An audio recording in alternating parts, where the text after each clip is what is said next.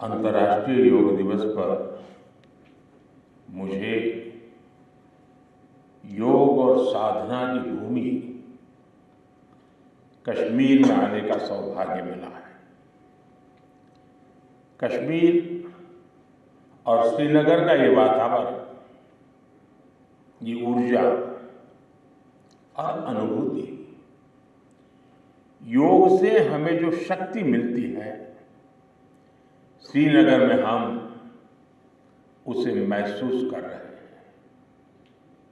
मैं देश के सभी लोगों को, दुनिया के कोने कोने में योग कर रहे लोगों को कश्मीर की धरती से योग दिवस की बधाई देता हूं। साथियों, इंटरनेशनल योगा डे 10 वर्ष की ऐतिहासिक यात्रा पूरी कर चुका है। 2014 में मैंने यूनाइटेड नेशंस में इंटरनेशनल योगा डे का प्रस्ताव रखा था।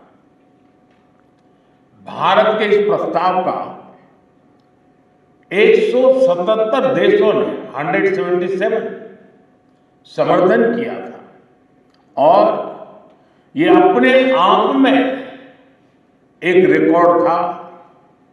तब से योग दिवस लगातार नए रिकॉर्ड बनाता जा रहा है। 2015 में दिल्ली में कर्तव्य पथ पर 35,000 लोगों ने एक साथ योग किया। ये भी एक विश्व रिकॉर्ड था।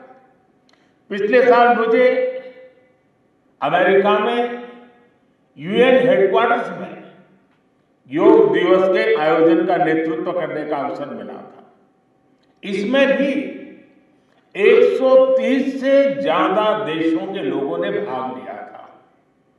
योग की ये यात्रा अनवरत जारी है। भारत में आयुष विभाग ने योग प्रैक्टिशनर्स के लिए योगा सर्टिफिकेशन बोर्ड बनाया है। मुझे खुशी है कि आज देश में 100 से ज्यादा बड़े संस्थानों को इस बोर्ड से मान्यता मिल चुकी है। विदेश के 10 बड़े संस्थानों ने भी भारत के इस बोर्ड से मान्यता प्राप्त की है। साथियों, आज पूरी दुनिया में योग करने वालों की संख्या निरंतर बढ़ रही है। योग के प्रति आकर्षण भी बढ़ रहा है। योग की उपयोगिता के संबंध में भी जन सामान्य कन्विंस हो रहा है। मैं विश्व में हर जगह जितने भी ग्लोबल लीडर से मिलता हूं, जहां भी जाता हूं, शायद ही कोई एक आध मिल जाएगा जो मेरे से योग की बात न की हो। दुनिया के सभी वरिष्ठ नेता जब भी मौका मिलता है मेरे से योग की चर्चा जरूर करते हैं और बड़ी जिज्ञासा से सवाल पूछते हैं। दुनिया के कितने ही देशों में योग डेली लाइफ का हिस्सा बन रहा है। मुझे याद है, मैंने 2015 में तुर्कमेनिस्तान में योग सेंटर का उद्घाटन किया था। आज वहां योग बेहद पॉपुलर हो चुका है। तुर्कमेनिस्तान की स्टेट मेडिकल यूनिवर्सिटी में भी योग थेरेपी को शामिल किया गया है। सऊदी अरब ने तो योग को अपने एजुकेशन सिस्टम में भी शामिल किया है। मंगोलिया में भी मंगोलियन योग फाउंडेशन के तहत कई योग स्कूल चलाए जा रहे हैं। यूरोपियन देशों में भी योग का चलन तेजी से बढ़ा है। जर्मनी में आज करीब 1.5 करोड़ लोग योग प्रैक्टिशनर बन चुके हैं। आपको ध्यान होगा, इसी साल भारत में फ्रांस की 101 साल की एक महिला योग टीचर को पद्मश्री अवार्ड दिया गया था। वो कभी भारत नहीं आए थे, लेकिन उन्होंने योग प्रचार के लिए अपना पूरा जीवन समर्पित कर दिया है। आज विश्व के बड़े बड़े इंस्टीट्यूशंस और यूनिवर्सिटीज में योग पर रिसर्च हो रहे हैं, रिसर्च पेपर पब्लिश हो रहे हैं। साथियों, बीते 10 वर्षों में योग का ये जो विस्तार हुआ है, उससे योग से जुड़ी धारणाएं बदली हैं। योग अब सीमित दायरे से बाहर निकल रहा है।